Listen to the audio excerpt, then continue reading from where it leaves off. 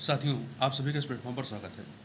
यहाँ पर हम लोग जो है केंद्रीय बजट 2024-25 को जो है सारांश रूप में या कह सकते हैं संक्षेप रूप में उसको इस वीडियो में देखेंगे और उन सभी महत्वपूर्ण बिंदुओं की चर्चा करेंगे जिनसे आपकी परीक्षा में प्रश्न बनने की पूरी संभावना रहेगी और उससे प्रश्न बनते भी हैं। तो यह जो आपका वीडियो है यह आपके सभी सिविल सर्विसेज परीक्षाओं के लिए महत्वपूर्ण है, चाहे वो आपका यूपी पीसीएस हो, चाहे आपका बिहार का पीसीएस हो या अन्य जो भी पीसीएस परीक्षाएं होनी है या जो अन्य कॉम्पिटिटिव एग्जाम है उन सभी के लिए ये वीडियो काफ़ी महत्वपूर्ण है। चूँकि हर परीक्षा में आप देखें तो बजट से प्रश्न आपके अवश्य बनते हैं, तो यह वीडियो इस दृष्टिकोण से काफ़ी महत्वपूर्ण है। तो चलिए प्रारंभ करते हैं हम लोग केंद्रीय बजट 2024-25 के बारे में।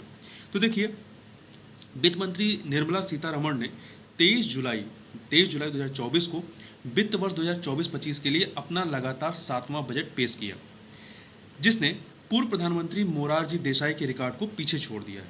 ठीक है, तो ध्यान रखिएगा, ये पहले वित्त मंत्री जो लगातार 7 बजट पेश इन्होंने किया है।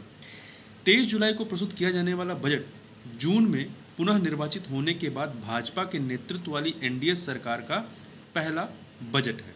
ठीक है, इससे पहले जो फरवरी में आया था वो अंतरिम बजट था। अब चलिए पहले बजट के बारे में कुछ चीज़ों को समझ लेते हैं। ठीक है, पहले प्रश्न उठता है कि बजट है क्या। देखिए, संविधान के अनुच्छेद 112 के अनुसार बजट को सरकार के वार्षिक वित्तीय विवरण एनुअल फाइनेंशियल स्टेटमेंट के रूप में जाना जाता है। गौरतलब है कि संविधान में बजट शब्द का उल्लेख नहीं किया गया है। आर्टिकल 112 में आपको वार्षिक वित्तीय विवरण लिखा हुआ मिलेगा, बजट शब्द कहीं पर नहीं लिखा गया है। जो बजट होता है यह एक वित्त वर्ष में सरकार की अनुमानित प्राप्तियां और व्यय का विवरण होता है और इसे तैयार कौन करता है, तो वित्त मंत्रालय का आर्थिक कार्य विभाग बजट तैयार करने के लिए उत्तरदायी नोडल निकाय है। हालांकि 2024 आम चुनाव वाला वर्ष था, इसलिए सरकार ने 1 फरवरी 2024 को अंतरिम बजट भी पेश किया था। अंतरिम बजट क्या होता है? अंतरिम बजट एक अल्पकालिक वित्तीय उपाय है। इसके जरिए चुनाव तक सरकारी खर्चों के लिए धनराशि का प्रावधान किया जाता है। संसद अंतरिम बजट के माध्यम से लेखानुदान पारित करती है। ठीक है, देखिए, लेखानुदान के बारे में जो उल्लेख है आपका अनुच्छेद 116 में है। ठीक, लेखानुदान सरकार को वेतन और हो रहे व्यय एक्सपेंडिचर जैसे कि आवश्यक सरकारी खर्चों आदि के लिए संसदीय मंजूरी प्राप्त करने की अनुमति देता है। अंतरिम बजट के लिए कोई संवैधानिक प्रावधान नहीं है, ध्यान रखिएगा, अंतरिम बजट के लिए कोई भी संवैधानिक प्रावधान नहीं है। अब देखें, जो बजट का वर्गीकरण है, 2 भागों में बजट होता है। एक होता है राजस्व बजट, दूसरा होता है पूंजीगत बजट। राजस्व बजट में क्या होता है? सरकार की कर मतलब टैक्सेबल और गैर कर नॉन टैक्सेबल राजस्व प्राप्ति जो रेवेन्यू प्राप्तियां हैं, राजस्व प्राप्तियां एवं व्यय सहित जो एक्सपेंडिचर होगा वो भी। ठीक है, पूंजीगत बजट में क्या होता है? सरकार की पूंजीगत प्राप्तियां और भुगतान सहित, जो पूंजीगत प्राप्तियां हो रही हैं और भुगतान सहित वो जो हिस्सा आएगा पूंजीगत बजट में आएगा, और जो राजस्व बजट है वो उसमें सरकार की कर और गैर कर राजस्व प्राप्तियां और व्यय सहित जो चीज़ें आएंगी वो राजस्व बजट में आएगा। अब देखिए, बजट के जो 2 भाग हैं, क्या है? भाग ए में क्या है?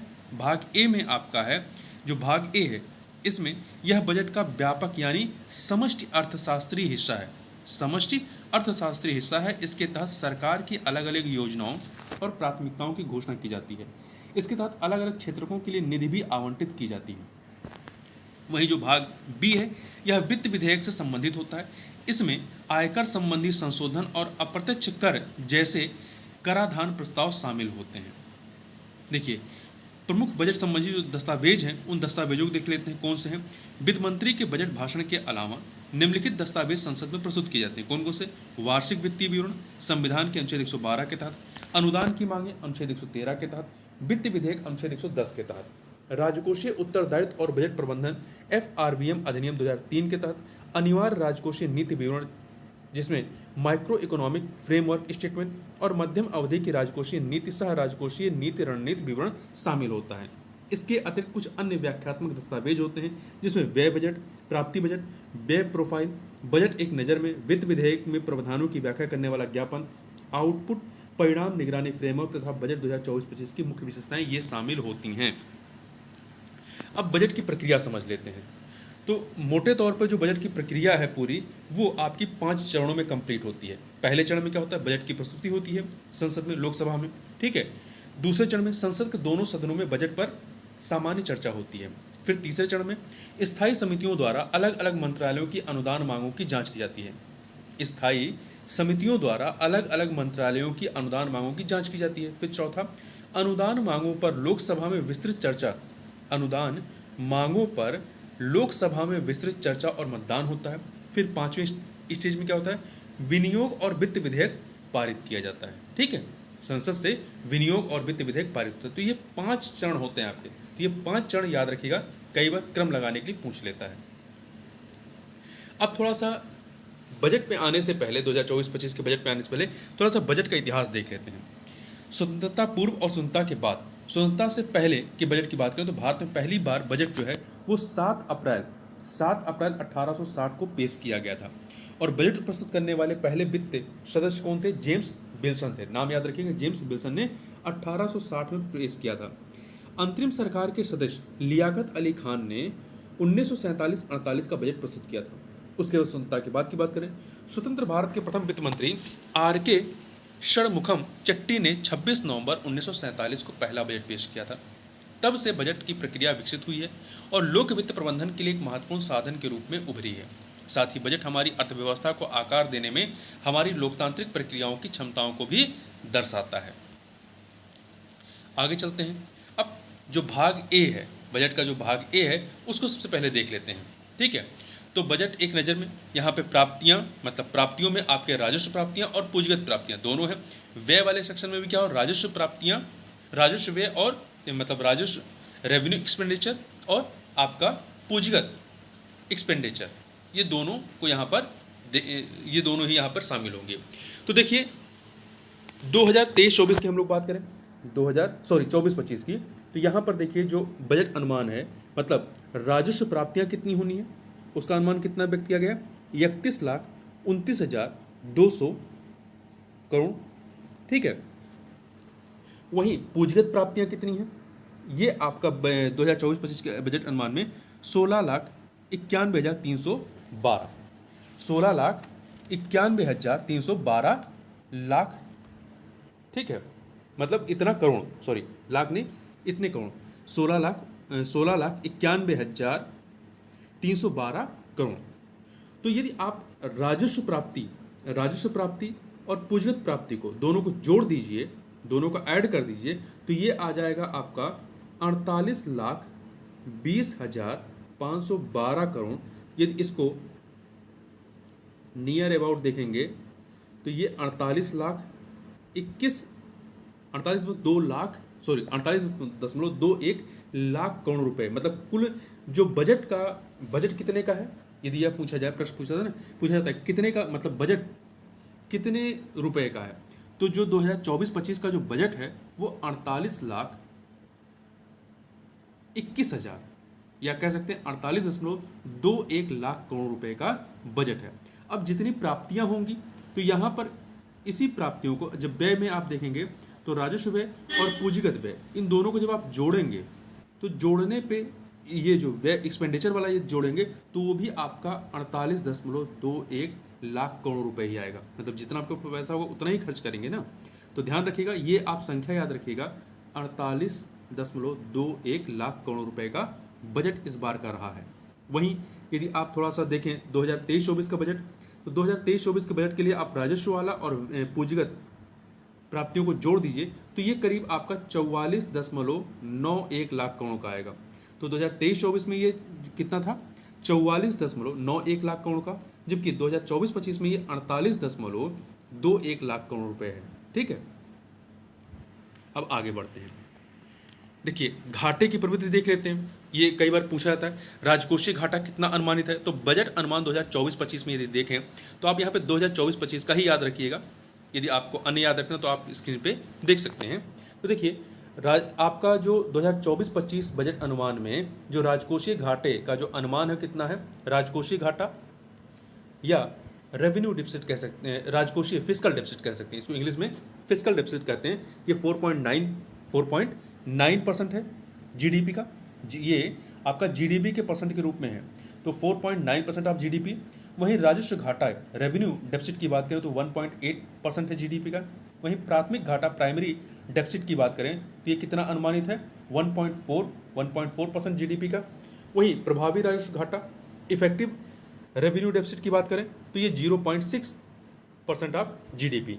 तो ये आपके चारों आंकड़े जो है आप याद रखिएगा, ये पूछे जाते हैं। राजकोषीय घाटा मतलब फिस्कल डेफिसिट, राजस्व घाटा रेवेन्यू डेफिसिट, प्राथमिक घाटा प्राइमरी डेफिसिट और प्रभावी राजस्व घाटा आपका इफेक्टिव रेवेन्यू डेफिसिट।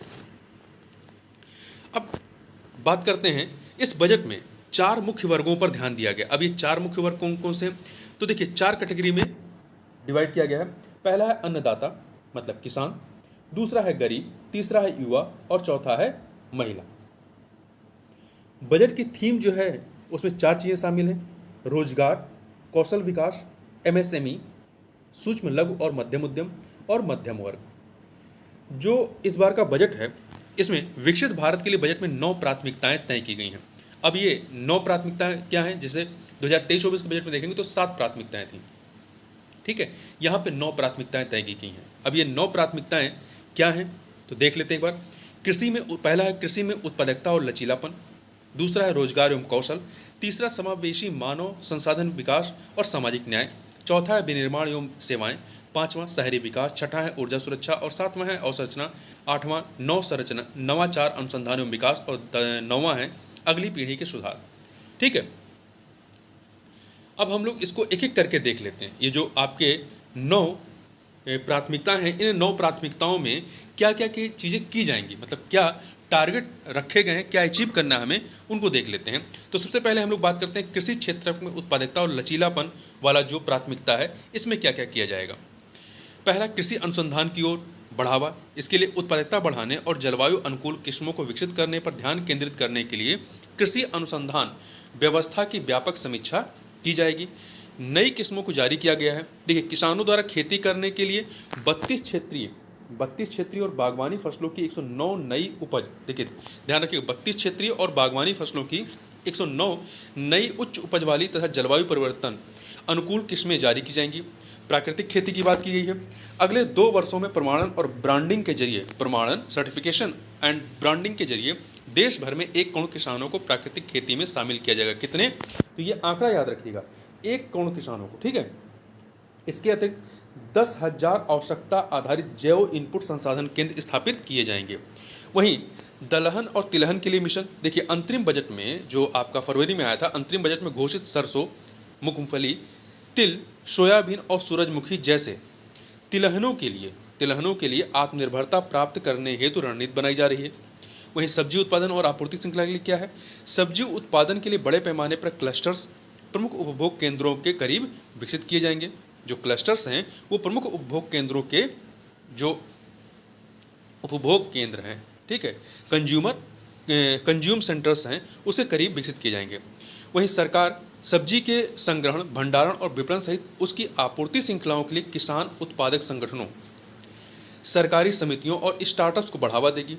इसके अतिरिक्त कृषि के लिए डिजिटल पब्लिक इंफ्रास्ट्रक्चर की बात की गई है, डीपीआई की, डिजिटल पब्लिक इंफ्रास्ट्रक्चर।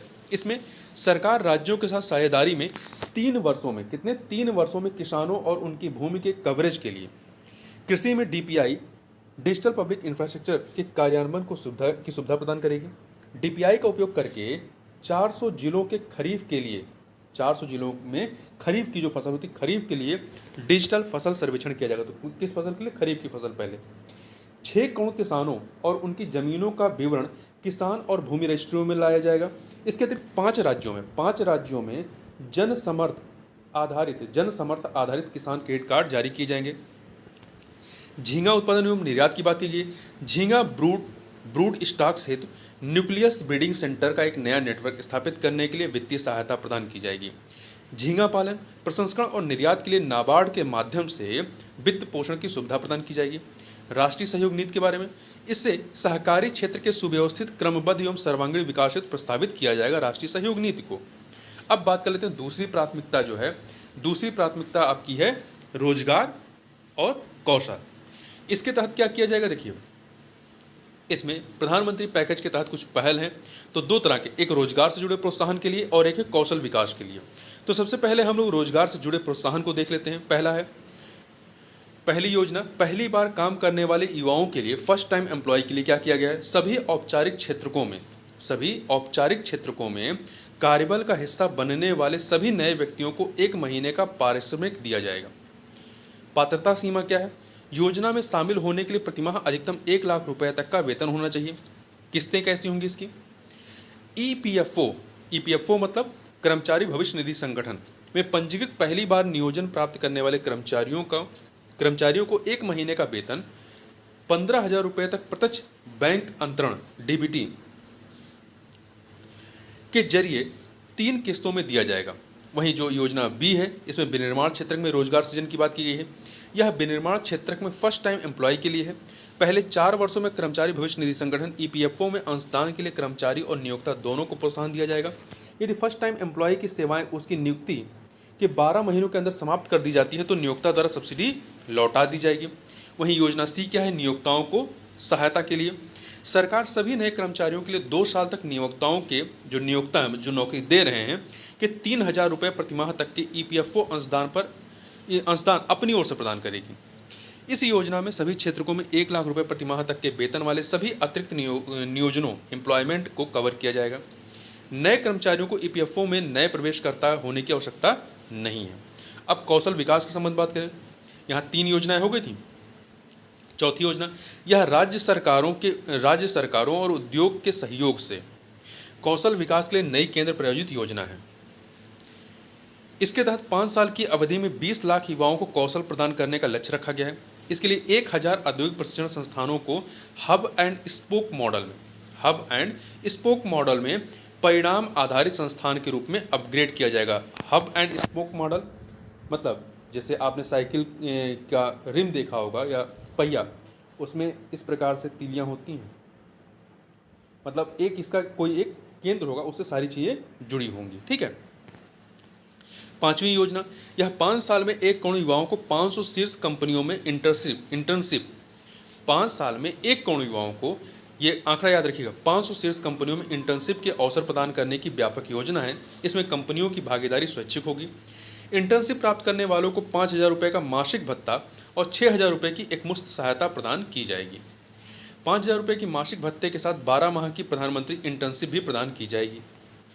अब तीसरी प्राथमिकता की बात कर लेते हैं, जो कि समावेशी मानव संसाधन विकास और सामाजिक न्याय से संबंधित है।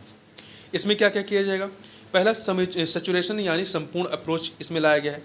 लोगों, खासकर किसानों, युवाओं, महिलाओं और गरीबों का सर्वांगीण, सर्वव्यापी एवं सर्व समावेशी विकास सुनिश्चित किया जाएगा।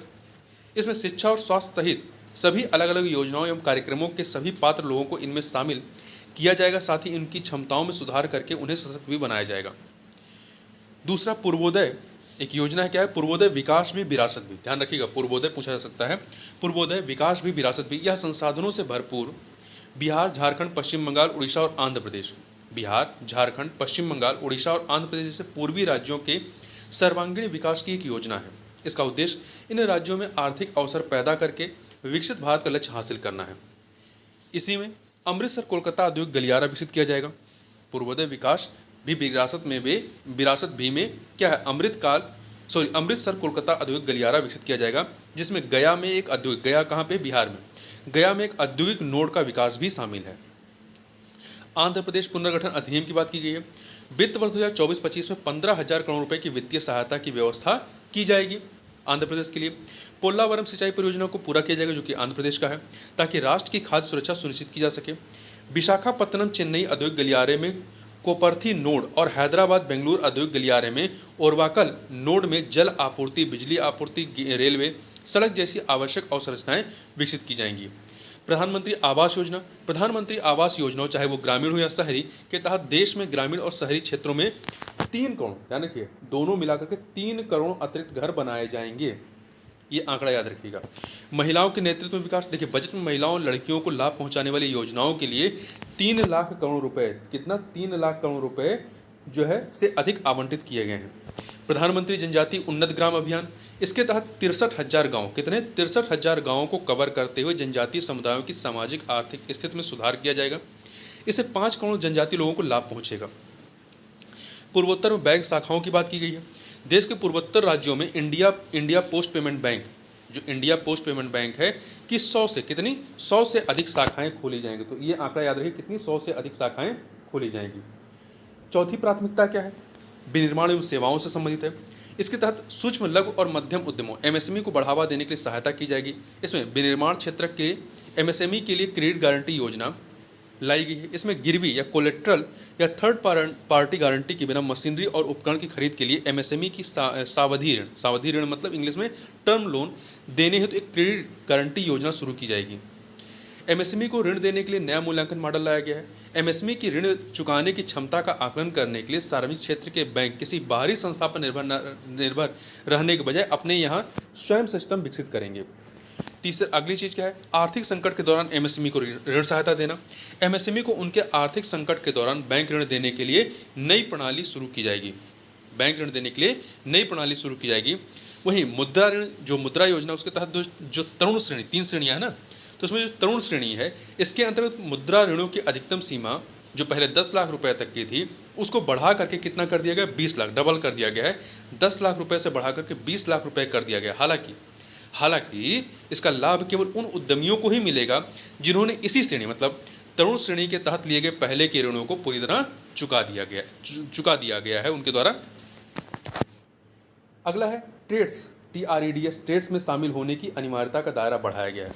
ट्रेड्स का फुल फॉर्म क्या है? Trade receivables discounting system. ये सब क्या है, इसको हम लोग अभी लास्ट में जो है एक करके जितने ये टर्म है इनको समझ लेंगे। ट्रेड्स में शामिल होने की अनिवार्यता का दायरा बढ़ाया गया। देखिए, खरीदारों को ट्रेड रिसीवेबल्स डिस्काउंटिंग सिस्टम यानी ट्रेड्स प्लेटफॉर्म पर अनिवार्य रूप से शामिल करने के लिए टर्नओवर की पात्रता सीमा को 500 करोड़ रुपये से घटा करके 250 करोड़ रुपये कर दिया गया है। एमएसएमई क्लस्टर में सिडबी की शाखाएं, देखिए सिडबी 3 साल के भीतर सभी प्रमुख एमएसएमई क्लस्टर को अपनी वित्तीय सेवाएं प्रदान करने के लिए अपनी पहुंच का विस्तार करने हेतु नई शाखाएं खोलेगा और उन्हें सीधे ऋण प्रदान करेगा। अगला खाद्य यहाँ वितरण होना चाहिए। खाद्य वितरण, गुणवत्ता और सुरक्षा परीक्षण के लिए एमएसएमई इकाइयाँ। एमएसएमई क्षेत्र में 50 बहु उत्पादक खाद्य वितरण इकाइयाँ, multi product food irradiation units स्थापित करने के लिए वित्तीय सहायता देने की घोषणा की गई है। खाद्य वितरण इकाइयाँ विकसित करने के लिए, स्थापित करने के लिए वित्तीय सहायता देने की घोषणा कितनी? 50 बहु उत्पादक खाद्य वितरण इकाइयाँ। ई कॉमर्स निर्यात केंद्र, देखिए एमएसएमई और पारंपरिक कारीगरों को अंतर्राष्ट्रीय बाजारों में अपने उत्पाद बेचने में मदद करने के लिए सार्वजनिक निजी भागीदारी पीपीपी मोड के तहत ई कॉमर्स निर्यात केंद्र स्थापित किए जाएंगे। विनिर्माण एवं सेवा क्षेत्र को बढ़ावा देने के क्या उपाय किए गए? इसके लिए औद्योगिक पार्क्स मतलब राष्ट्रीय औद्योगिक गलियारा विकास कार्यक्रम के तहत 12 औद्योगिक, ध्यान रखिएगा, 12 औद्योगिक पार्क्स को मंजूरी दी जाएगी। इसके अतिरिक्त 100 शहरों में या उसके आसपास संपूर्ण अवसंरचना के साथ निवेश हेतु तैयार प्लग एंड प्ले, तैयार मतलब जो पहले से है उसको ला करके आपको इस्तेमाल करना है, प्लग एंड प्ले औद्योगिक पार्क्स को विकसित करने में सहायता दी जाएगी। इसके लिए नगर नियोजन संबंधित योजनाओं का बेहतर उपयोग किया जाएगा तथा ये राज्यों और निजी क्षेत्रों की साझेदारी से विकसित किए जाएंगे। किराए का आवास, देखिए औद्योगिक श्रमिकों जो इंडस्ट्रियल वर्कर्स हैं के लिए डॉर्मेट्री टाइप के आवास बनाए जाएंगे। ये आवास पीपीपी मोड में वायबिलिटी गैप फंडिंग और प्रमुख उद्योगों के सहयोग से बनाए जाएंगे। ठीक है, डॉर्मेट्री मतलब एक बड़ा सा हॉल बना करके उसमें रहने की व्यवस्था की जाएगी, जैसे बिस्तर इत्यादि लगा करके। ठीक है, जहाजरानी उद्योग, भारतीय जहाजरानी उद्योग की हिस्सेदारी बढ़ाने और अधिक रोजगार पैदा करने के लिए स्वामित्व पट्टा तथा फ्लैगिंग सुधारों को लागू किया जाएगा। महत्वपूर्ण खनिज मिशन, क्रिटिकल मिनरल मिशन के बारे में, क्रिटिकल खनिजों के देश में ही उत्पादन, रिसाइकलिंग और विदेशों में इन खनिजों के खदानों की प्राप्ति के लिए क्रिटिकल मिनरल मिशन स्थापित करने का प्रस्ताव किया गया है। खनिजों का अपतटीय खनन के लिए अपतटीय ब्लॉक्स के पहले खंड की नीलामी की जाएगी। यह नीलामी पहले से ही खोजी गई मतलब एक्सप्लोरेशन खनिजों की होगी। अगला है डिजिटल पब्लिक इंफ्रास्ट्रक्चर, डीपीआई का उपयोग। देखिए ऋण, ई कॉमर्स, शिक्षा, स्वास्थ्य, विधि और न्याय, लॉजिस्टिक, एमएसएमई, सेवा प्रदायगी और अर्बन गवर्नेंस के क्षेत्र में डिजिटल पब्लिक इंफ्रास्ट्रक्चर के उपयोगों को बढ़ावा दिया जाएगा। अगला है insolvency and bankruptcy code. IBC ecosystem के लिए एकीकृत प्रौद्योगिकी प्लेटफॉर्म लाया जाएगा। देखिए, यह प्लेटफॉर्म निरंतरता, पारदर्शिता, समय पर प्रोसेसिंग और बेहतर निगरानी के लिए IBC insolvency and bankruptcy code के तहत सभी भागीदारों के लिए बेहतर परिणाम सुनिश्चित करेगा। इसमें सीमित देयता भागीदारी को स्वैच्छिक रूप से बंद किया जाएगा, बंद करना। देखिए, एलएलपीएस को स्वैच्छिक रूप से बंद करने में समापन समय की प्रक्रिया को कम करने हेतु centre for processing accelerated corporate exit CPACE की सेवाओं का विस्तार किया जाएगा। ठीक है, तो इसको याद रखिएगा। नेशनल कंपनी लॉ ट्रिब्यूनल और ऋण वसूली, देखिए अतिरिक्त ट्रिब्यूनल्स स्थापित करने की घोषणा की गई है। मतलब नेशनल कंपनी लॉ ट्रिब्यूनल और ऋण वसूली के लिए अतिरिक्त ट्रिब्यूनल्स स्थापित करने की घोषणा की गई है। अब आते हैं पांचवें प्राथमिकता, शहरी विकास पर। इसमें क्या किया जाएगा? ग्रोथ हब के रूप में शहरों को विकसित किया जाएगा। राज्यों के सहयोग से सरकार ग्रोथ हब के रूप में शहरों के विकास की सुविधा प्रदान करेगी। इसे आर्थिक और पारगमन योजना और नगर नियोजन योजनाओं का उपयोग करके उप शहरी क्षेत्रों के व्यवस्थित विकास के माध्यम से प्राप्त किया जाएगा। दूसरा, शहरों का रचनात्मक पुनर्विकास। परिवर्तनकारी प्रभाव लाने हेतु मौजूदा शहरों के रचनात्मक ब्राउनफील्ड पुनर्विकास। ब्राउनफील्ड मतलब जो पहले से कोई संरचना है, योजना है, ठीक है, उसको और फिर से विकसित किया जा रहा है। तो ब्राउनफील्ड पुनर्विकास के लिए सरकार सक्षम नीतियों, बाजार आधारित तंत्र और विनियमन के लिए एक फ्रेमवर्क तैयार करेगी, जो पहले शहर हैं उनके विकास के लिए। ठीक है, यदि नया शहर विकसित करते हैं तो ग्रीन फील्ड होता है वो। अगला है ट्रांजिट ओरिएंटेड डेवलपमेंट। 30 लाख से अधिक आबादी वाले 14 बड़े शहरों के लिए ट्रांजिट ओरिएंटेड डेवलपमेंट योजनाएं और रणनीतियां बनाई जाएंगी। शहरी आवास की बात करें तो पीएम आवास योजना शहरी 2.0 के तहत 10 लाख करोड़ रुपए के निवेश से 1 करोड़ शहरी गरीबों और मध्यम वर्गीय परिवारों की आवास जरूरतों को पूरा किया जाएगा। जल आपूर्ति और स्वच्छता के क्षेत्र में बजट में राज्य सरकारों तथा बहुपक्षीय विकास बैंकों की साझेदारी में वित्त पोषण वाली परियोजनाओं के माध्यम से 100 बड़े शहरों में जलापूर्ति, सीवेज उपचार, ठोस अपशिष्ट प्रबंधन तथा वित्तीय रूप से व्यावहारिक परियोजनाओं को बढ़ावा देने की बात कही गई है। स्ट्रीट मार्केट, देखिए स्ट्रीट वेंडर्स के जीवन में बदलाव लाने में पीएम स्वनिधि योजना की सफलता को देखते हुए स्ट्रीट मार्केट का विकास करने का प्रस्ताव दिया गया है। इस बजट में सरकार द्वारा देश के चयनित शहरों में अगले 5 वर्षों तक प्रत्येक वर्ष 100 साप्ताहिक, मतलब प्रत्येक वर्ष 100 साप्ताहिक हॉटों और स्ट्रीट फूड केंद्रों के विकास हेतु सहायता प्रदान करने के लिए एक योजना बनाई जाएगी। मतलब 5 वर्षों में 500। ठीक है। स्टाम्प शुल्क, केंद्र सरकार राज्यों को स्टाम्प शुल्क की दरें कम करने तथा महिलाओं द्वारा खरीदी गई संपत्तियों के लिए शुल्क और कम करने पर विचार करने के लिए प्रोत्साहित करेगी। ठीक है, अब आगे बढ़ते हैं। जो प्राथमिकता 6 है, प्राथमिकता नंबर 6, ये ऊर्जा सुरक्षा समिति है। इसमें क्या करेंगे? पहला, एनर्जी ट्रांजिशन, रोजगार विकास और पर्यावरण संधारणता की अनिवार्यताओं को संतुलित करने के लिए एनर्जी ट्रांजिशन पाथवे पर पॉलिसी डॉक्यूमेंट जारी किया जाएगा। वहीं पीएम सूर्य घर मुफ्त बिजली योजना के तहत अंतरिम बजट में घोषणा के, ये जो योजना है ये अंतरिम बजट में की गई थी। ठीक है, पीएम सूर्य घर मुफ्त बिजली योजना, इसके अनुरूप 1 करोड़ परिवारों को, कितने, ध्यान रखिएगा आंकड़ा, 1 करोड़ परिवारों को हर माह 300 यूनिट तक मुफ्त बिजली प्राप्त करने में सक्षम बनाने के लिए रूफटॉप सोलर पैनल स्थापित करने के लिए पीएम सूर्य घर मुफ्त बिजली योजना शुरू की गई है। पम्प्ड स्टोरेज पॉलिसी, इसे विद्युत भंडारण और समग्र ऊर्जा उत्पादन में नवीकरणीय ऊर्जा की बढ़ती हिस्सेदारी के साथ विद्युत आपूर्ति प्रणाली से एकीकरण के लिए जारी की जाएगी। गौरतलब है कि नवीकरणीय ऊर्जा स्रोतों से बिजली उत्पादन हमेशा नहीं होता है और इसलिए उनकी आपूर्ति निरंतर नहीं होती। जैसे कि सौर रूफटॉप आप लगाएं, सोलर पैनल लगवाए हैं, तो जब ये मौसम खराब होगा, बदली वगैरह इत्यादि बदली होगी, आकाश साफ नहीं होगा, तो क्या होगा? बिजली नहीं बन पाएगी। तो ऐसी दशाओं में क्या होगा? ऐसी स्थिति में इनका भंडारण आवश्यक है ताकि जरूरत पड़ने पर इनकी आपूर्ति की जा सके। अगला है स्मॉल तथा मॉड्यूलर परमाणु रिएक्टरों पर अनुसंधान और विकास। परमाणु ऊर्जा विकसित भारत के लिए ऊर्जा उत्पादन का एक बहुत महत्वपूर्ण हिस्सा बनने की उम्मीद है। परमाणु ऊर्जा जो है वो विकसित भारत के लिए ऊर्जा उत्पादन का एक महत्वपूर्ण हिस्सा बनने की उम्मीद है। इस लक्ष्य की दिशा में सरकार निजी क्षेत्र के साथ साझेदारी करेगी। कुछ चीज़ों के लिए, किस चीज़ों के लिए? भारत स्मॉल रिएक्टर्स की स्थापना के लिए, भारत स्मॉल मॉड्यूलर रिएक्टर पर अनुसंधान एवं विकास के लिए और परमाणु ऊर्जा के लिए नई प्रौद्योगिकियों का अनुसंधान एवं विकास करने के लिए निजी क्षेत्र के साथ सरकार साझेदारी करेगी। अब अगला है हार्ड टू एबेट उद्योगों के लिए road map. Hard to abate उद्योगों के लिए रोड मैप। देखिए, हार्ड टू एबेट उद्योगों को वर्तमान perform, achieve and trade mode से इंडियन कार्बन मार्केट मोड में बदलने के लिए उचित नियम लागू किए जाएंगे। पारंपरिक सूक्ष्म और लघु उद्योगों को समर्थन। देखिए, पीतल और सिरेमिक सहित 60 क्लस्टर्स में पारंपरिक सूक्ष्म और लघु उद्योगों के निवेश ग्रेड ऊर्जा ऑडिट की सुविधा प्रदान की जाएगी। इस योजना को अगले चरण में अन्य 100 क्लस्टर्स में चलाया जाएगा। ठीक है, पहले चरण में 60 क्लस्टर, ध्यान रखिए पहले चरण में कितने हैं, 60 क्लस्टर, और अगले चरण में 100 क्लस्टर।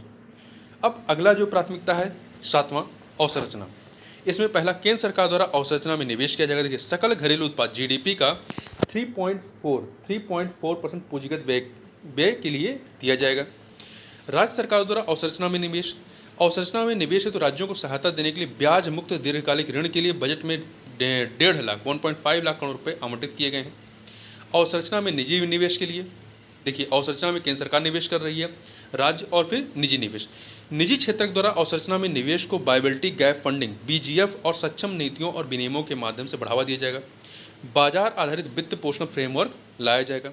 इसके अतिरिक्त प्रधानमंत्री ग्राम सड़क योजना का जो चौथा चरण चालू किया गया, उसके तहत 25,000 ग्रामीण बस्तियों को हर मौसम में कनेक्टिविटी प्रदान करने के लिए प्रधानमंत्री ग्राम सड़क योजना चरण 4 शुरू किया जाएगा। सिंचाई और बाढ़ शमन के लिए बिहार में कोसी मेची इंदिरा स्टेट लिंक और अन्य परियोजनाओं के लिए 11,500 करोड़ रुपए की वित्तीय सहायता देने की घोषणा की गई है। इसके अतिरिक्त सरकार जो है असम, हिमाचल प्रदेश, उत्तराखंड और सिक्किम, 4 राज्य असम, हिमाचल प्रदेश, उत्तराखंड, सिक्किम, मतलब 2 पर्वतीय आपके हिमालयी राज्य हैं, हिमाचल प्रदेश, उत्तराखंड, और 2 आपके उधर के नॉर्थ ईस्ट के असम और सिक्किम को बाढ़, भूस्खलन इत्यादि से निपटने तथा अन्य संबंधित परियोजनाओं के लिए सहायता प्रदान करेगी। पर्यटन के बारे में क्या कहा गया है, बिहार में विष्णुपद मंदिर कॉरिडोर, महाबोधि मंदिर कॉरिडोर और राजगीर का व्यापक विकास किया जाएगा। तो ये नाम याद रखिएगा, बिहार में विष्णुपद मंदिर कॉरिडोर, महाबोधि मंदिर कॉरिडोर और राजगीर का।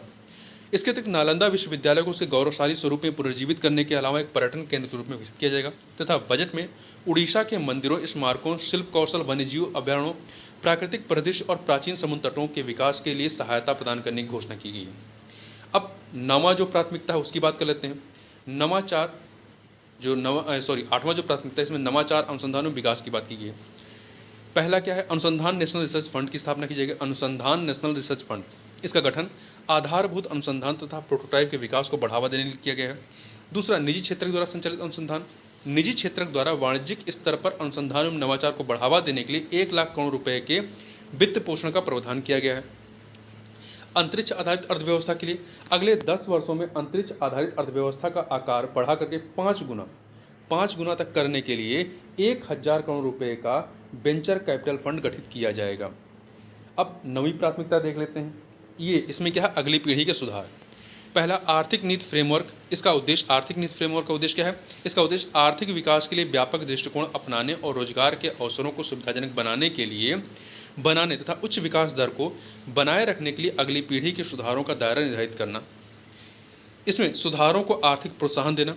देखिए, उत्पादन के कारकों जो फैक्टर्स हैं, यानी संसाधनों की उत्पादकता में सुधार करना तथा बाजारों और क्षेत्रों को अधिक दक्ष बनाने में सहायता करने के लिए प्रोत्साहन देना चाहिए। राज्य सरकारों द्वारा भूमि संबंधी सुधार किया जाएगा। ग्रामीण और शहरी दोनों क्षेत्रों में भूमि संबंधी सुधार तथा अन्य कार्रवाइयों में निम्नलिखित को कवर किया जाएगा। किस को, पहला, भूमि प्रशासन, योजना और प्रबंधन। दूसरा, शहरी नियोजन, उपयोग और भवन उपनियम या बिल्डिंग बायलॉज। इन्हें उचित वित्तीय सहायता के जरिए प्रोत्साहन प्रदान करके अगले 3 वर्षों के भीतर पूरा किया जाएगा। वहीं ग्रामीण भूमि संबंधी कार्रवाइयाँ की जाएंगी। इसमें क्या है, ग्रामीण भूमि संबंधी कार्रवाइयों में निम्नलिखित शामिल होंगे। क्या, पहला, सभी भूमियों के लिए विशिष्ट भूमि पार्सल्स पहचान संख्या, यूएल पिन कह सकते हैं, ठीक है, विशिष्ट भूमि पार्सल पहचान संख्या या भू आधार का आवंटन किया जाएगा। इसके अतिरिक्त भू राजस्व नक्शा का डिजिटलीकरण किया जाएगा। तीसरा, वर्तमान भू स्वामित्व के आधार पर नक्शा के उपविभाजनों का सर्वेक्षण करना। भू पंजीकरण सुनिश्चित करना, और यूएल पिन का मतलब विशिष्ट भूमि पार्सल पहचान संख्या भू आधार को किसानों की भूमि के पंजीकरण से लिंक करना। ठीक,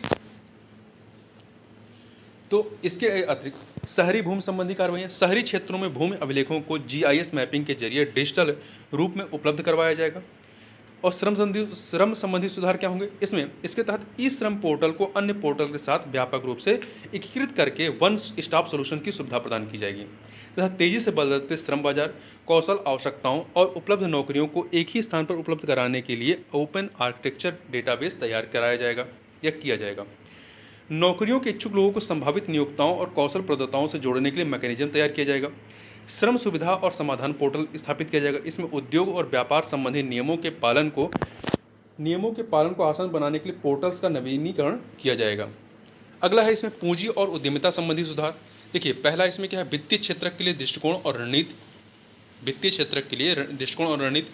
अर्थव्यवस्था की वित्त पोषण संबंधी आवश्यकताओं को पूरा करने के लिए केंद्र सरकार अलग अलग क्षेत्रकों को उनके आकार, क्षमता और कौशल आवश्यकताओं के आधार पर सहायता प्रदान करने के लिए वित्तीय क्षेत्र के लिए विजन और रणनीति आधारित डॉक्यूमेंट जारी करेगी। इसके अतिरिक्त जलवायु वित्त के लिए टैक्सोनॉमी, जलवायु अनुकूलन और समन गतिविधियों के लिए पूंजी की उपलब्धता को बढ़ाना, इससे देश की जलवायु संबंधी प्रतिबद्धताओं को पूरा करने तथा ग्रीन ट्रांजिशन को सुविधाजनक बनाने में मदद मिलेगी। वेरिएबल कैपिटल कंपनी संरचना के बारे में, विमानों और जलपोतों को पट्टे पर लेने के लिए वित्त पोषण प्रदान करने के लिए एक कुशल और लचीला तरीका प्रदान करने हेतु विधायी मंजूरी प्रदान करना था। वेरिएबल कैपिटल कंपनी संरचना के जरिए निजी इक्विटी से वित्त पोषण प्राप्त करने की बात की गई है। प्रत्यक्ष विदेशी निवेश जो आपका एफडीआई होता है और ओवरसीज निवेश, देखिए निम्नलिखित प्रावधानों के जरिए प्रत्यक्ष विदेशी निवेश और ओवरसीज निवेश के लिए नियम और विनियम सरल बनाए जाएंगे। किस लिए मतलब निम्नलिखित प्रावधानों के जरिए, किन प्रावधानों के जरिए, पहला प्रत्यक्ष विदेशी निवेश को बढ़ावा देना, दूसरा प्राथमिकताएं तय करना और ओवरसीज निवेश के लिए मुद्रा के रूप में भारतीय रुपये का उपयोग के लिए अवसरों को बढ़ावा देना। इसके अतिरिक्त एनपीएस वात्सल, देखिए एनपीएस वात्सल क्या है, नाबालिग बच्चों के लिए माता पिता और अभिभावक के अंशदान पर आधारित एनपीएस वात्सल योजना शुरू की जाएगी। प्रौद्योगिकी का उपयोग, अर्थव्यवस्था के डिजिटलीकरण की दिशा में प्रौद्योगिकी को अपनाना तथा ईज ऑफ डूइंग बिजनेस को बढ़ावा देने के लिए पहले से ही जन विश्वास विधेयक 2.0 पर काम किया जा रहा है, जन विश्वास विधेयक पर। इसके अलावा राज्यों को उनके व्यापक सुधार कार्य योजनाओं और डिजिटलीकरण के कार्यान्वयन के लिए प्रोत्साहित किया जाएगा। अगला है इसमें डेटा और सांख्यिकी। देखिए डेटा गवर्नेंस, भंडारण प्रोसेसिंग में सुधार तथा डेटा और सांख्यिकी के प्रबंधन में सुधार करने के लिए डिजिटल इंडिया मिशन के तहत स्थापित क्षेत्रीय डेटाबेस सहित अलग अलग क्षेत्रीय डेटाबेस को या डेटाबेस का प्रौद्योगिकी टूल्स की सक्रिय मदद से उपयोग किया जाएगा। नई पेंशन योजना एनपीएस एक सॉल्यूशंस विकसित किया जाएगा जिसके तहत राजकोषीय समझदारी, फिस्कल प्रूडेंस, राजकोषीय समझदारी बनाए रखते हुए आम नागरिकों की सुरक्षा संबंधी प्रासंगिक मुद्दों का समाधान किया जा सकेगा। अब दूसरे भाग में चलते हैं। दूसरे भाग में जो बजट का दूसरा भाग, इसमें क्या है, अप्रत्यक्ष करों के बारे में सबसे पहले बात करते हैं।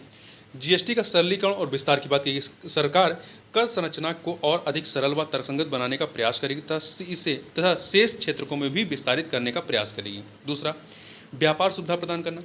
घरेलू विमानन और नौका और जहाज एमआरओ का मतलब क्या है, एम मीन्स मेंटेनेंस रखरखाव, आर मीन्स रिपेयर मरम्मत और ओ मीन्स ओवरहाल मतलब कायाकल्प को बढ़ावा दे करके। तो इसमें क्या है, घरेलू विमानन और नौका और जहाज एमआरओ को बढ़ावा दे करके व्यापार सुविधा प्रदान करना। कैसे, इस प्रकार से सीमा शुल्क में कटौती, ये घरेलू विनिर्माण उद्योग को मदद करना, स्थानीय स्तर पर मूल्यवर्धन को बढ़ावा देना, निर्यात प्रतिस्पर्धा को बढ़ावा देना तथा कराधान प्रणाली का सरलीकरण करके सीमा शुल्क में कटौती होगी। क्षेत्रक विशिष्ट बुनियादी सीमा शुल्क बीसीडी का प्रस्ताव रखा गया है। क्षेत्रक विशिष्ट बुनियादी सीमा शुल्क बीसीडी का प्रस्ताव रखा गया है।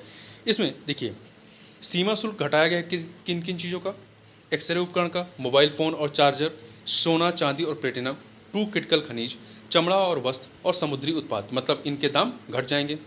सीमा शुल्क से छूट दी गई किसको, कैंसर की दवाइयाँ, इसमें आपका टेस्टुजुमाब डेरेक्सटेकन, इसके अतिरिक्त आपका ओसिमर्टिनिव और डुरवालुमाब है। इसके अतिरिक्त रेमिस्टर्स का उत्पादन फेरोनिकल, ब्लिस्टर कॉपर, फेरस स्क्रैपर और निकल कैथोड, 25 क्रिटिकल खनिज को, सौर सेल और पैनलों के निर्माण में उपयोग की जाने वाली पूंजीगत वस्तुएं और झींगा और फिश फीड के निर्माण के लिए इनपुट, इन पे सीमा शुल्क छूट दी गई है।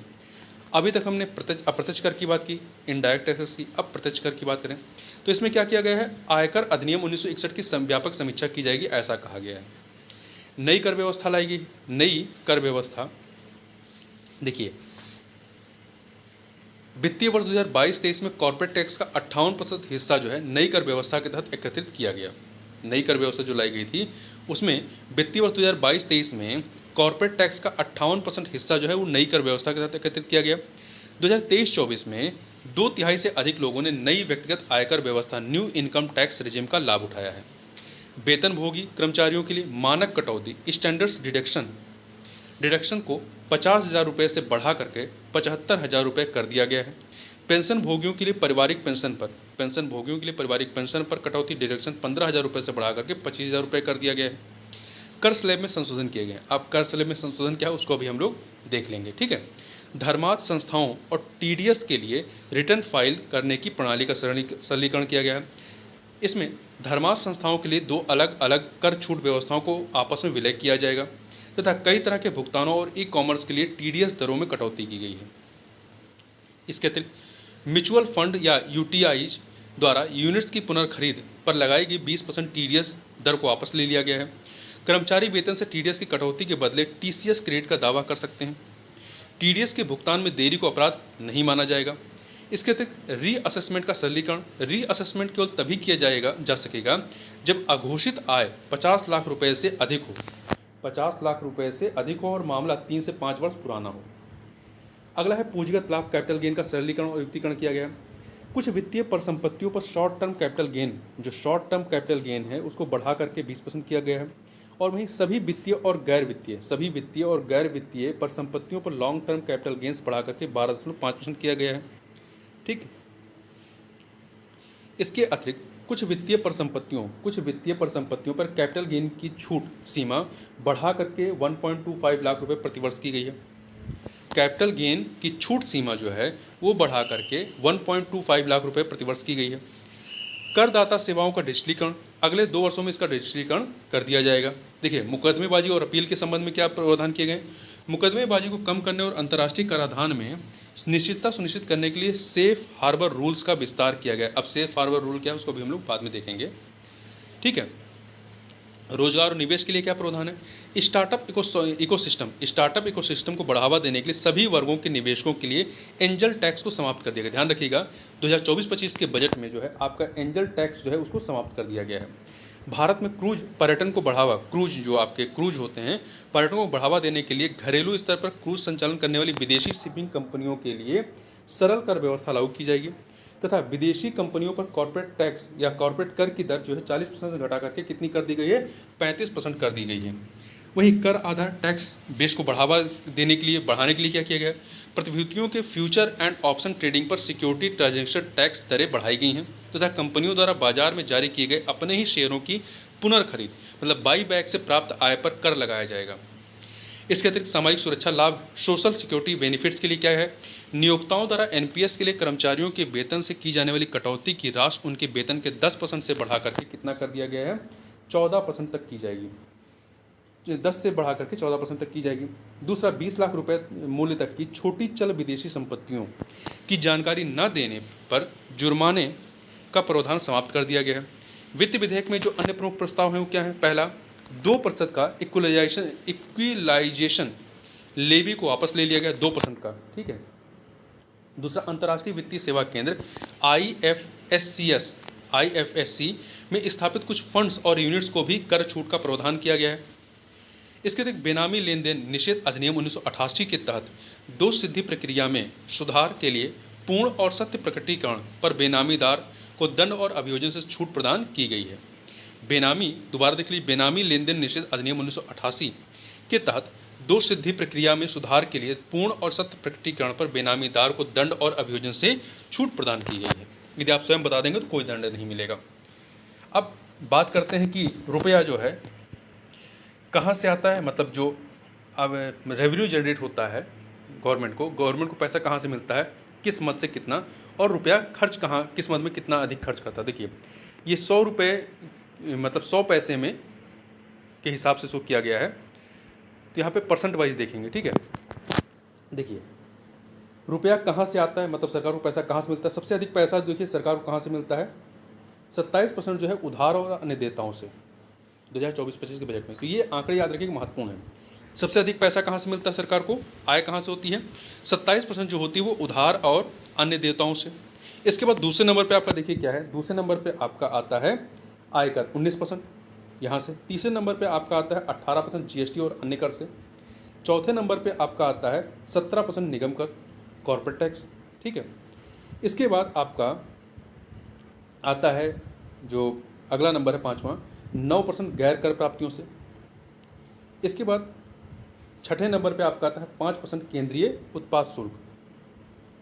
7वें नंबर पे 4% सीमा शुल्क से, और फिर 1% जो है वो गैर ऋण पूंजीगत प्राप्तियों से। तो ये आप परसेंट वाइज जो है किस मद से कितना आता है उसको याद रखिएगा।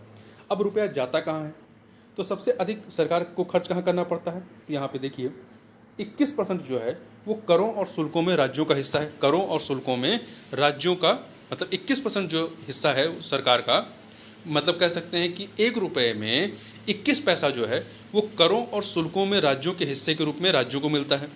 सबसे अधिक इसकी हिस्सेदारी है पैसा खर्च होने में। दूसरे नंबर पे है 19% ब्याज भुगतान। तीसरे नंबर पे है 16% आपका 16% केंद्रीय क्षेत्र की योजनाओं, इसमें रक्षा एवं सब्सिडी पर पूंजीगत व्यय के अतिरिक्त, ठीक। इसके बाद किसका नंबर आएगा, इसके बाद आप देखें तो 9% आपका खर्च होता है वित्त आयोग और अन्य से संबंधित अंतरण के लिए। फिर आपका इसके बाद खर्च होता है 9% अन्य व्यय है, और अन्य 8% जो है केंद्रीय प्रायोजित योजना, और 8% आपका रक्षा में। ये दोनों बराबर हैं, ध्यान रखिएगा। केंद्र प्रायोजित योजना है मतलब जो सेंटर स्पॉन्सर्ड स्कीम है, और जो रक्षा पे जो खर्च होता है, दोनों का जो हिस्सेदारी है या परसेंटेज है बराबर है 8%। सब्सिडी के रूप में 6%, और आपका पेंशन के रूप में आप देखें तो 4% पैसा खर्च होता है। तो ये याद रखिएगा, ठीक।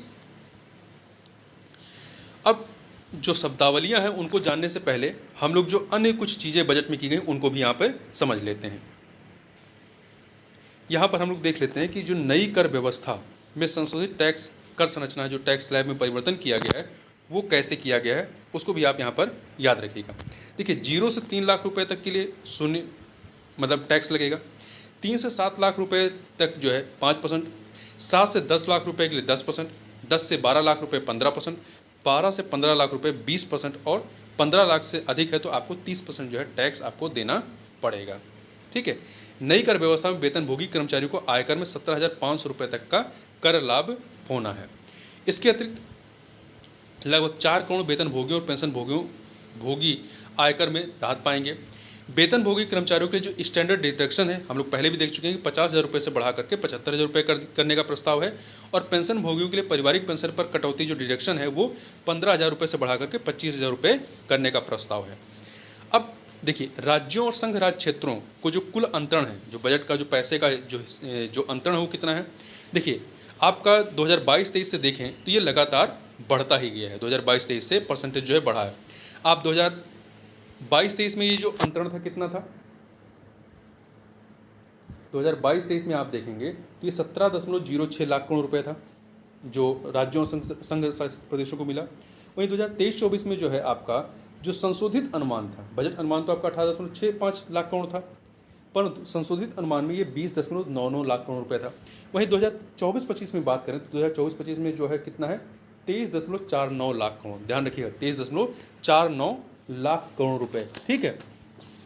और वैसे भी हमने जो अभी पहले बात की थी कि रुपया खर्च कहाँ होता है, तो सबसे अधिक आपका 21% जो खर्च होता है वो करों और शुल्कों में राज्यों का जो हिस्सा है, जो मतलब राज्यों को मिलता है वो कितना जा रहा है 23.49 लाख करोड़ रुपए।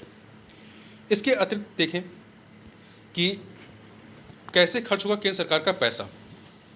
देखिए कुल बजट कितने का है, 48,20,512 करोड़ का। इसमें जो पैसा, ये पूरा पैसा कैसे खर्च होगा? देखिए, ब्याज के रूप में जो है 11 लाख, ब्याज के रूप में आपका कितना जा रहा है? ब्याज के रूप में 19% जाएगा। इसका 48,20,512 का 19% जो है ब्याज भुगतान में ज़्यादा, तो ब्याज के रूप में आपका 11,62,940 रुपये। परिवहन में को कितना दिया गया है, अलॉट किया गया है? 5,44,128 करोड़। रक्षा में, डिफेंस सेक्टर में कितना दिया गया है? डिफेंस सेक्टर में 8% दिया गया है। 8% कितना है ये हो जाएगा 4,54,773 करोड़। प्रमुख सब्सिडी के रूप में आपका कितना है? सब्सिडी के रूप में देखें 6%, ये हो जाएगा आपका 3,81,175 करोड़। राज्यों को अंतरण कितना है? राज्यों को जो अंतरण है वो है 3,22,787। ग्रामीण विकास के लिए 2,65,808। पेंशन के रूप में जो है वो 4% दिया गया है, वो है 2,43,296 करोड़। कर प्रशासन में 2,03,530 करोड़। कृषि और संबद्ध कार्यकलाप में 1,51,851 करोड़। गृह आवास सेक्टर में 1,50,983 करोड़। शिक्षा के क्षेत्र में 1,25,638 करोड़। IT और दूरसंचार में 1,16,342 करोड़। स्वास्थ्य के क्षेत्र में 89,287 करोड़। वित्त में 86,329 करोड़। शहरी विकास में 82,577 करोड़। ऊर्जा क्षेत्र में 68,769 करोड़। संघ राज्य क्षेत्रों को दिया गया है 68,660 करोड़। ठीक है। सामाजिक कल्याण के लिए 56,501 करोड़। वाणिज्य और उद्योग में 47,559 करोड़। वैज्ञानिक विभाग में को दिया गया है 32,736 करोड़। विदेश मामले में 22,155 करोड़। योजना एवं सांख्यिकी में 6,291 करोड़। पूर्वोत्तर के विकास के लिए आपका है 5,900 करोड़। और अन्य जो है आपके खर्चे वो मतलब जो अलॉटमेंट है, आवंटन है, वो 1,44,477 करोड़ का। अब यहाँ पे देख लेते हैं एलोकेशन टू मेजर स्कीम, जो बड़ी स्कीम है उनमें कितना पैसा एलोकेट किया गया है। तो देखिए, मनरेगा में 2023-24 में मनरेगा को दिया गया था आपका 60,000 करोड़, जबकि इस बार दिया गया है 2024-25 में 86,000 करोड़ रुपये। तो याद रखिएगा, रिसर्च एंड डेवलपमेंट प्रोजेक्ट्स के लिए 2023-24 में 840 करोड़ रुपये दिए गए थे, इस बार दिया गया है आपका 1,200 करोड़। वहीं न्यूक्लियर पावर प्रोजेक्ट के लिए 2023-24 में 442 करोड़ रुपये दिए गए थे, और इस बार दिया गया, बहुत ज़्यादा दिया गया है, 2,228 करोड़। वहीं PLI फॉर फार्मास्यूटिकल इंडस्ट्री, मतलब आप कह सकते हैं कि मेडिकल या जो दवा सेक्टर है उसमें कितना दिया गया है? 2023-24 में दिया गया था 1,200 करोड़, जबकि 2024-25 में 2,143 करोड़ दिया गया है। इसके अतिरिक्त development of semiconductor and display manufacturing के लिए 2023-24 में दिया गया था 3,000 करोड़, और इस बार दिया गया है 6,903 करोड़। वहीं सोलर पावर ग्रिड के लिए जो है 2023-24 में आपका ये 4,970 करोड़ था, जबकि इस बार 10,000 करोड़ रुपये दिया गया है। इसके अतिरिक्त डायरेक्ट बेनिफिट ट्रांसफ़र जो LPG स्कीम है, LPG स्कीम के लिए 2023-24 में जो बजट एलोकेट था वो 180 करोड़ था, 180 करोड़ था। इस बार जो है 1,500 करोड़ का बजट एलोकेट किया गया है, काफ़ी ज़्यादा किया गया है। Lines of credit under IDA scheme के तहत 2023-24 में ये 1,300 करोड़ था, जबकि इस बार जो है 2024-25 में 3,849 करोड़ रुपए एलोकेट किया गया है। तो इतनी चीज़ें आप यहाँ पे याद रखिए। अब चलते हैं आगे। अब यहाँ पे हम लोग कुछ शब्दावलियों को देख लेते हैं जो हमने इस बजट को पढ़ने के दौरान हमने सुने। देखिए, पहला मूल सीमा शुल्क। मूल सीमा शुल्क क्या होता है? मूल सीमा शुल्क उन वस्तुओं पर लगाया जाने वाला कर है जिन्हें व्यापार के लिए अंतर्राष्ट्रीय सीमाओं के पार ले जाया जाता है। इसे सीमा शुल्क अधिनियम 1962 के तहत वसूला जाता है। दूसरा है पूंजीगत लाभ कर, या जिसे कहते हैं कैपिटल गेन टैक्स। क्या कहते हैं? कैपिटल गेन टैक्स कहते हैं। यह क्या है? यह बॉन्ड धारक की संपत्ति के मूल्य में वृद्धि होने पर लगाया जाने वाला कर है। ठीक है। संपत्ति में होने वाली यह वृद्धि बॉन्ड बाजार में बॉन्ड की कीमत में वृद्धि या कमी के कारण होती है। अगला है डिजिटल पब्लिक इंफ्रास्ट्रक्चर DPI। यह क्या है? यह बुनियादी अवसंरचना आधारित अप्रोच है। यह सार्वजनिक क्षेत्र में निर्मित एक इकोसिस्टम जिसमें प्रौद्योगिकी, मार्केट और गवर्नेंस शामिल है। तो इस एक इकोसिस्टम के माध्यम से सामाजिक लक्ष्यों को प्राप्त करने के लिए प्रौद्योगिकी का उपयोग करती है और विनियामक सुरक्षा के दायरे में प्रतिस्पर्धी निजी नवाचार का लाभ उठाती है। डीपीआई को, डिजिटल पब्लिक इंफ्रास्ट्रक्चर को भारत में 2009 में पेश किया गया था। कब पेश किया गया था, ध्यान रखिएगा, 2009 में, जब आधार नंबर को पहली बार लॉन्च किया गया था। इक्वलाइजेशन लेवी, जो 2% तक का इक्वलाइजेशन लेवी समाप्त किया गया है। इक्वलाइजेशन लेवी यह भारत में आय सृजित करने वाले विदेशी नॉन रेजिडेंट ई कॉमर्स कंपनियों के लेन देन यानी आय पर लगाए जाने वाला शुल्क है। ठीक है, तो इसको ध्यान रखिएगा, इक्वलाइजेशन लेवी क्या होती है। ठीक, इसके देखिए जो बजट में प्रावधान किया गया है 2% का इक्वलाइजेशन लेवी को वापस लिया गया है, मतलब 2% तक का यदि आपका ये जो शुल्क बन रहा है उसको नहीं लगाया जाएगा। ठीक है, राष्ट्रीय पेंशन योजना एनपीएस, राष्ट्रीय पेंशन योजना भारत में निर्धारित अंशदान आधारित पेंशन प्रणाली है। इसे पेंशन फंड विनियामक और विकास प्राधिकरण पीएफआरडीए द्वारा विनियमित किया जाता है। पीएफआरडीए केंद्रीय वित्त मंत्रालय के अधिकार क्षेत्र में आता है। सेफ हार्बर रूल्स, जो हमने बात की थी, सेफ हार्बर रूल, इसमें क्या था कि मुकदमाबाजी को कम करने और अंतर्राष्ट्रीय कराधान में निश्चितता सुनिश्चित करने के लिए सेफ हार्बर रूल्स का विस्तार किया गया है। ठीक है, ऐसा हमने बजट में पढ़ा। तो सेफ हार्बर रूल्स क्या है, इस क्लॉज के तहत यदि किसी फंड का भारत में कोई व्यावसायिक संबंध नहीं है तो उसे छूट दी जाएगी। अगला है सिक्योरिटीज ट्रांजैक्शन टैक्स, एसटीटी। प्रतिभूति लेन देन कर यानी सिक्योरिटीज ट्रांजैक्शन टैक्स एक प्रकार का प्रत्यक्ष कर है जो स्टॉक एक्सचेंजों में equity share, derivative, future and option और इक्विटी म्यूचुअल फंड यूनिट्स जैसी प्रतिभूतियों की बिक्री पर लगाया जाता है। स्रोत पर कर कटौती, टीडीएस। स्रोत पर कर मतलब कर कटौती मतलब टीडीएस जो है, tax deduction on source. TDS वह कर है जो किसी कंपनी द्वारा किसी व्यक्ति को किए गए भुगतान पर तब वसूला जाता है यदि भुगतान की गई राशि एक निश्चित सीमा से अधिक होती है तो उसमें टीडीएस काटा जाता है। स्रोत पर कर संग्रह, टीसीएस। टीसीएस वह कर है जो विक्रेताओं द्वारा खरीदारों को, जो बेच रहे हैं, जो खरीद रहे हैं, तो विक्रेताओं द्वारा खरीदारों को कोई वस्तु बेचते समय एकत्र किया जाता है। अगला है ट्रेड्स मतलब trade receivables electronic discounting system. TReDS एक इलेक्ट्रॉनिक प्लेटफॉर्म है जो कई फाइनेंसर्स के जरिए सूक्ष्म, लघु और मध्यम उद्यमों एमएसएमई को औद्योगिक खरीदारों से व्यापार प्राप्तियों के वित्त पोषण या छूट या डिस्काउंटिंग की सुविधा प्रदान करता है। यह एमएसएमई के लिए व्यापार प्राप्तियों की शीघ्र प्राप्ति सुनिश्चित करने के लिए नीलामी तंत्र के लिए इनवॉइस से छूट की सुविधा प्रदान करता है। अब कुछ यहाँ पे बजट संबंधित कुछ प्रमुख जो संवैधानिक प्रावधान है या आर्टिकल उनको देख लेते हैं। अनुच्छेद 109, इसमें क्या है, धन विधेयकों के संबंध में विशेष प्रक्रिया है। अनुच्छेद 110 धन विधेयक की परिभाषा है। 112 में वार्षिक वित्तीय विवरण।